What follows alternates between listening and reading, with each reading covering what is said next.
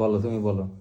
আজকে শোয়ে বেড়াতে রাত, লাইলাতুল বরাতের রাত। লাইলাতুল বরাতের আজ এইটা নিয়ে কিছু বলো তুমি, 1 মিনিটের লেকচার। লাইলাতুল বরাত হচ্ছে ভাগ্য নিয়ন্ত্রণ রাত।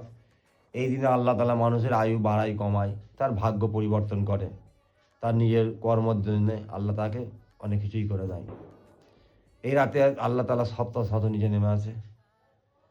সবচেয়ে উন্নত রাত 27 রমজানের মুবারক মাস, তারপরেও অনেক কারণ দিয়েছে 10 মহররম আশুরা রাত, 2 ঈদের রাত, এইগুলো দোয়া কবুলের রাত।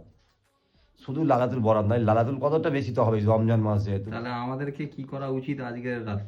আজকে রাতে, আজকের দিনেতে অনেকের রোজা, কালকে দিন রোজা রাখা, আজ রাত্রে নফল ইবাদত করা, আল্লাহর যে ফরজ হুকুমগুলো আদায় করতে হবে তার সাথে এইগুলো জিয়ারত করছো, কোরআন তেলাওয়াত করো, সে তোমার যে যেমনভাবে তুমি করতে পারো।